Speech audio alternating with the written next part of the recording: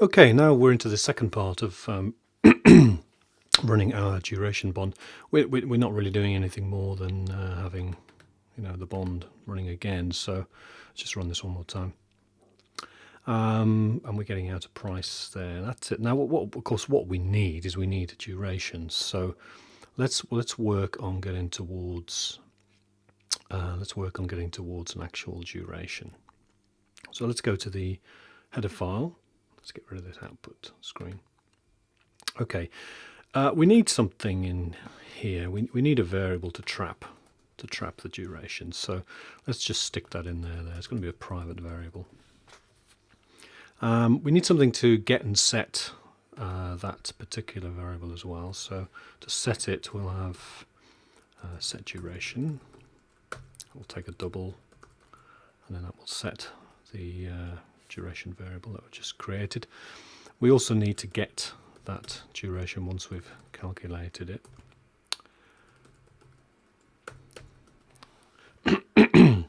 I'll return a double. We haven't actually calculated the duration there, so let's put in a kind of meaningful calculate duration function too. There we go. So I think we have all the bits and pieces there to at least get going, to get started. So let's then go to the C++ file. I'll do the two easy functions to start with. So the two easy functions are the get and the set. So let's just do that now, shall we? So the get is going to return a double, so that's fine. Then we're going to go for DurationBond. Was set to get duration. There we are, and that's just going to return the duration variable that we're setting there, a private variable there. Hopefully that's straightforward enough. And we need a setter as well, don't we? So void DurationBond set duration double. Fine, fantastic. That's going to take a double. That's fair enough. What can we call it? Some silly name. Input duration. And that's just simply going to say duration. Or was it capitalized it? I haven't quite got used to this Xcode compiler yet. Equals imp dern. Super. The input duration. Lovely. That's the two easy routines sorted out. Now, what I'd like to do is I'd like to calculate the duration. So what I'll do is I'll set up again, going back to our header here. We need to set this up, so let's do that now. Actually, I won't just copy that. Let's see if we can do it properly. Okay, so it's going to return a double. It's part of the DurationBond class, and it's called calculate duration. Fantastic. Okay, now the first thing I need to do is I need three prices here. I need to figure out the current price. Then I need to shock interest rates down by, I'm going to use 0.5%. Then I'm going to figure out the price of the bond there. Then I'm going to shock interest rates up to another 0.5%. So there's going to be 1% difference between the high price and the low price. And then I'm going to draw a little mathematical triangle to figure out the slope of that triangle. And that slope is essentially the duration, which is a figure which says for a 1% change in interest rates, what percentage approximately will a bond price change by? I'm not going to get too much into what duration is, because you may lose the will to live if I do go to Investopedia or somewhere and figure out what duration is. But it's quite an essential calculation for bond traders. Otherwise, we'd have to work out millions and millions and millions and millions of prices every single day for millions and millions and millions and millions of bonds, and we don't want to do that. So we just work out a few durations and then go bang. What are the risk analytics of our bond portfolios by just using durations, and another thing called convexity, which we might get to later if I'm feeling motivated enough to do that. Okay, so what do I need to do? I need to get the original price. I need 3 prices. I need the current price. So what I'll do is I'll get... oh yes, I'm going to be changing the rate. I'm going to be shocking it down by 0.5% and shocking it up by 0.5%. So what I need to do is make sure I keep a copy of the current rate so that I don't forget where I am. So I'm going to take a copy. I'll put a little comment in here to help. So get the current yield to maturity of the bond. So I'm going to store that in a little variable called original market rate, and I'll use get market rate. Now, notice that function is not anywhere in here. We have inherited it from, if I can find it, here in the bond class. So that's well, I inherited it there. So when that bond did my super constructing, and when I asked to inherit from bond, I got the current market rate, which is very nice. Thank you very much, the bond class. Okay, so I get the current market rate. I store it because I'll need that later. Now what I need to do is I'm usually going to use 0.5% for my difference. So if the current market rate is 9%, I'm going to shock it down to 8.5% to see what the price go up. And I'm going to shock the yield to maturity of 9% up to 9.5% to get the lower price of the bond. So normally I will use 0.5%. However, if the current market rate is 0.5% or less, if I shock 0.5% down to 0, I'm going to break all of my code. So I need to think about that. So first of all, what I'll do is I'll create that shocking interest rate. So I'm going to call it, so this is what we normally call it, delta y. So the interest rate, the 0.5% is the kind of, you know, y. So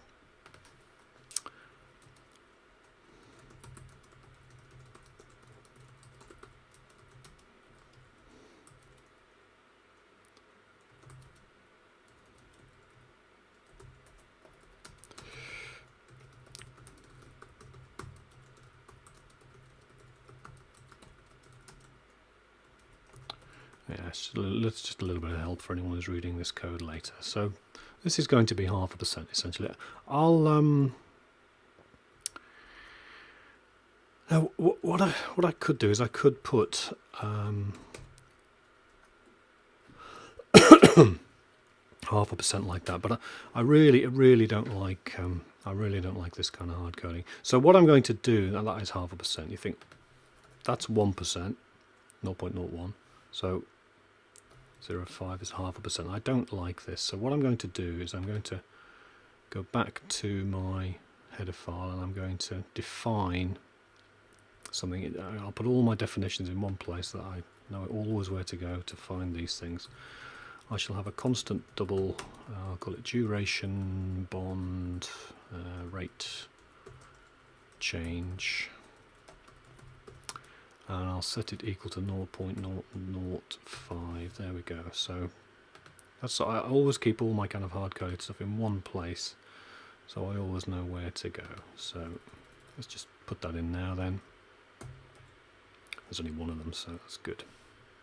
Now, I do have a problem, of course. If my interest rates are, my current interest rate is 0.5% or less, and I take 0.5% off that, and I get 0% or less, I'm going to break all of my bond pricing codes. So I'll need to have a narrower delta in that case. So I'll only have a 0.49%. If original market rate is 0.5%, I'll only take 0.49% off it and add 0.49% on to get a consistent kind of metric. It won't be such a good triangle because it will be a smaller triangle, but it will do the job. I mean, a bond getting less than 0.5%, we're talking very short, a few very short-term treasury bonds. So, but you know, we do have to account for it. What I'll do later on is I'll comment out this code and show you the effect of not putting in this check I'm about to put in.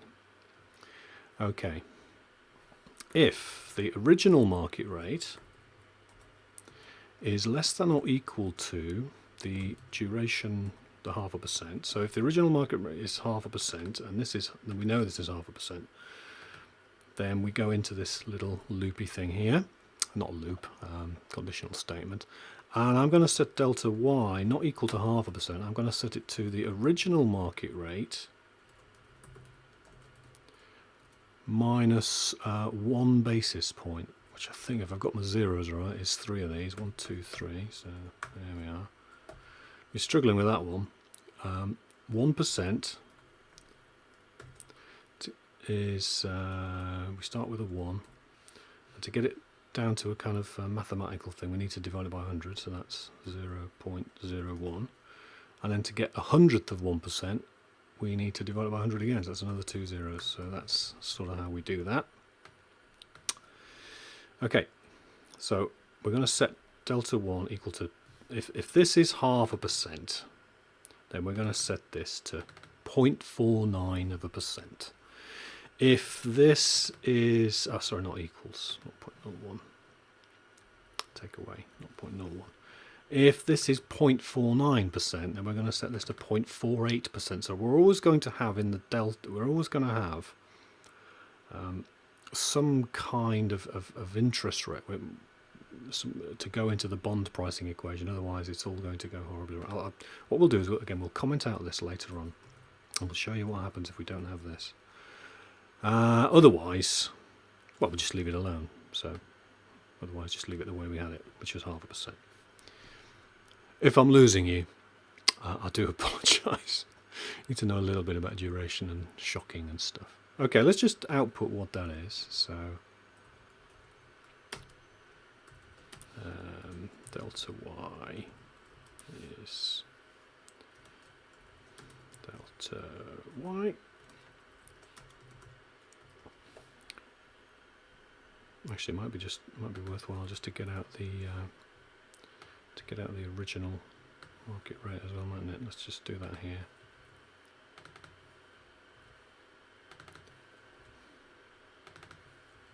Super. There we go.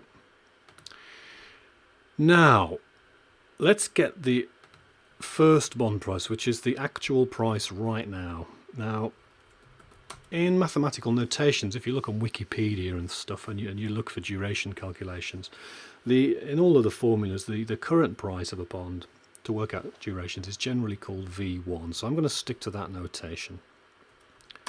And I'm going to get the bond price again coming from the bond class, that method. So I'll put a little note in here.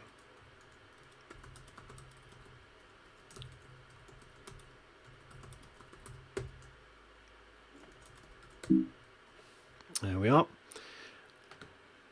Now we need to just output that as well, just so that we know what we're doing. So V1.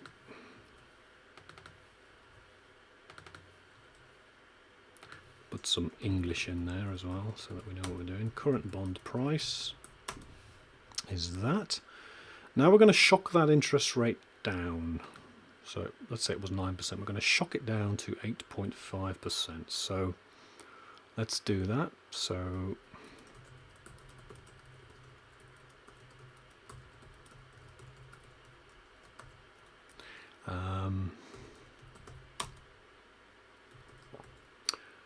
basis points lower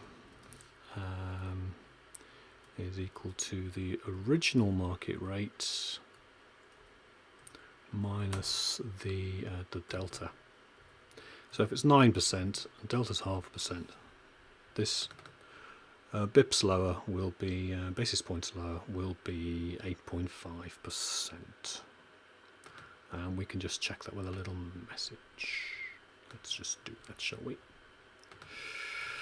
Okay.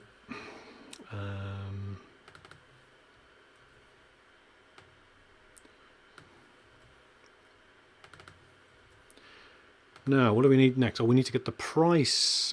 We need to set the market rate now. So I'm going to call set market rate. We're going to use this 8.5% figure. And then we're going to get the new bond price at this 8.5%. So we call the bond class's set market rate function. That will take the class's current interest rate down to 8.5%. We're then going to reprice the bond. So, this bond price, where we've lowered the yield, this bond price will be higher, and it's typically known as V2, not the German rocket that turned into the Saturn V that went to the moon. This is value 2.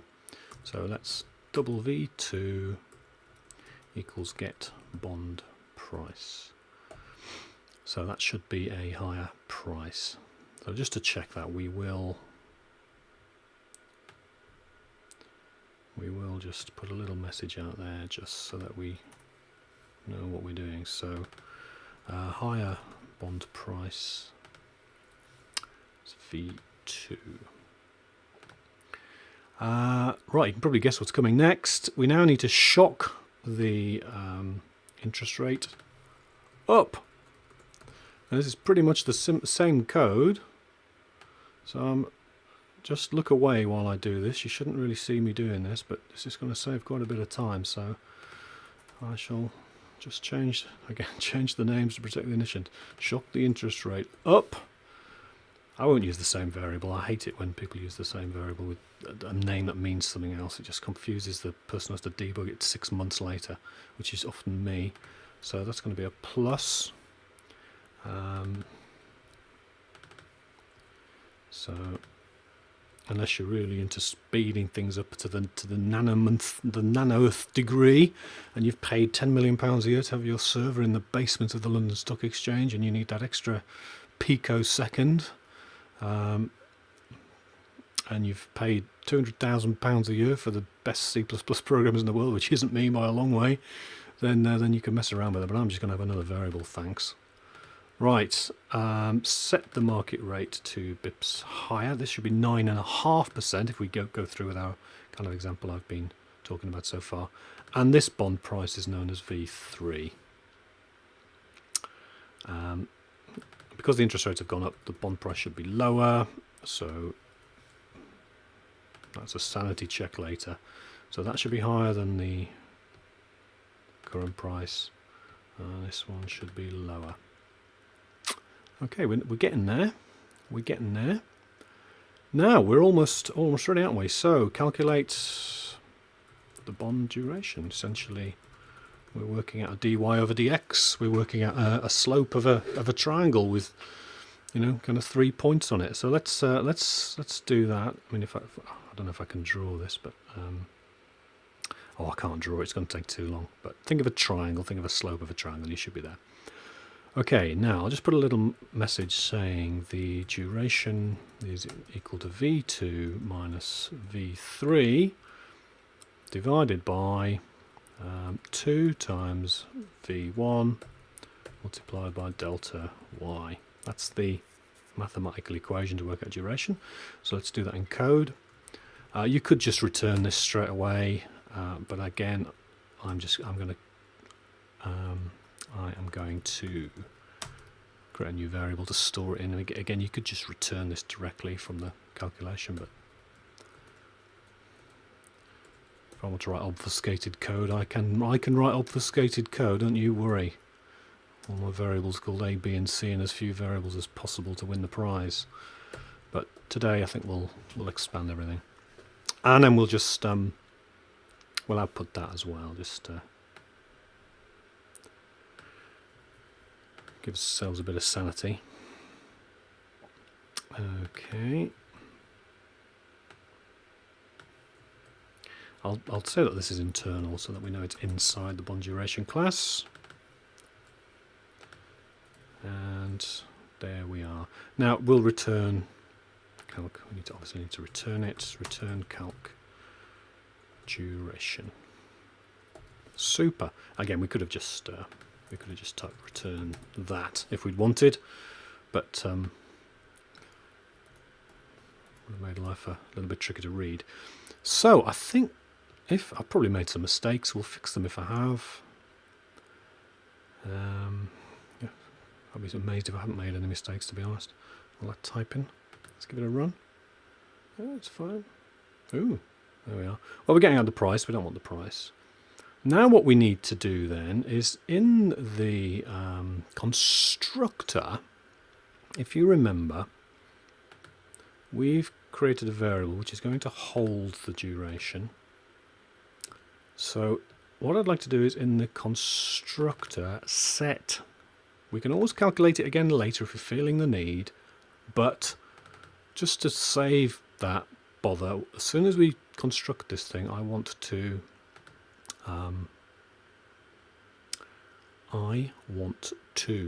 calculate the duration, store it in that duration variable. So let's bang that in here. So what I could do is I could say duration equals calculate duration, but you know that's not really neat. What we ought to use is the set duration method. So let's do that instead. So what we'll do is we'll set duration equal to, I'll put a little space there so we can read what's going on. So this function is returning the duration, and then we're calling that function to set the duration. Do you know, has anyone spotted the mistake I've made? I've just realised I've made a mistake. I've made a terrible, terrible, terrible mistake. I think. Okay, I keep setting the market rate, don't I, to lower and then higher. But what I forgot to do was to reset it back to the original rate. So let's just do that there. So resets yield to maturity to actual current rates.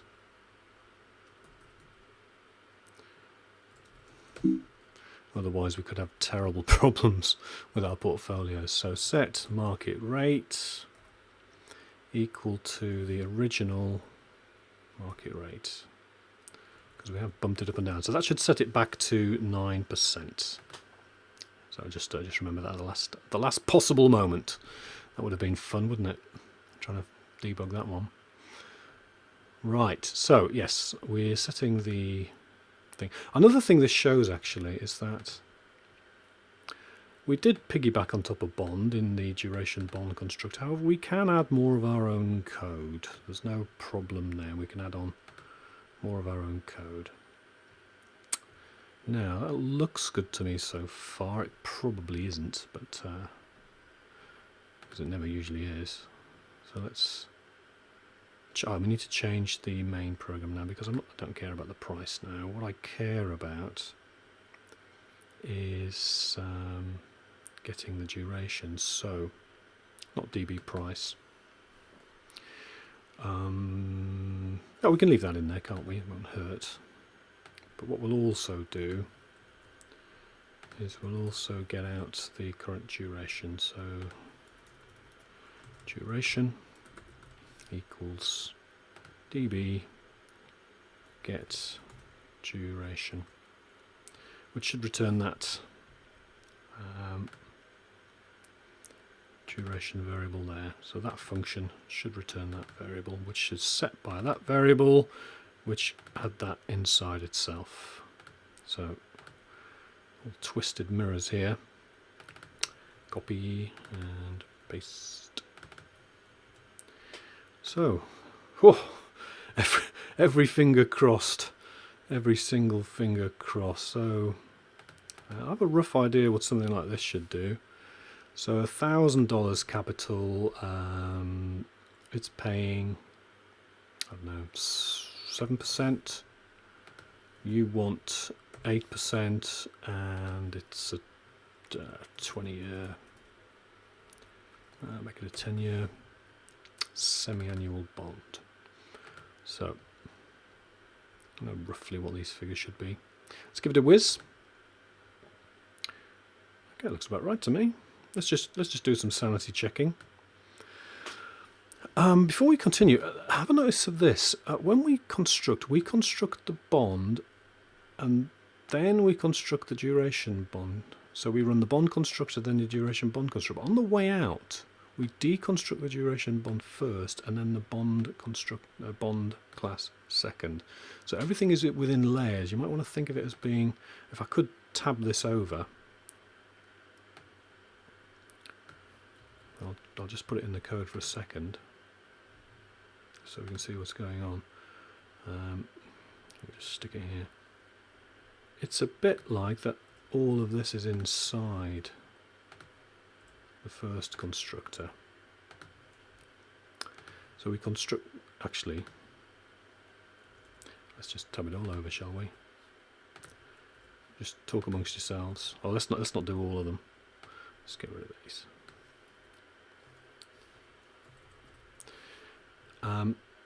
And then this one is tabbed over. So actually, might be just worth leaving in the program kind of notes here, just as a reminder to you later.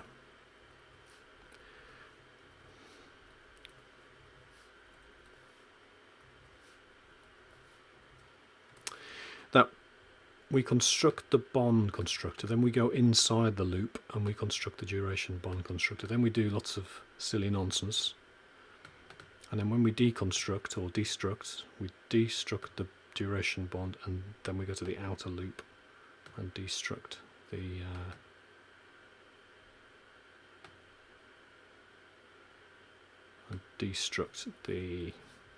outside class.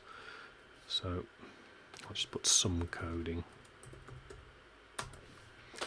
Hopefully that makes a little bit of sense. I'll just put another little note here. So pattern of class construction destruction.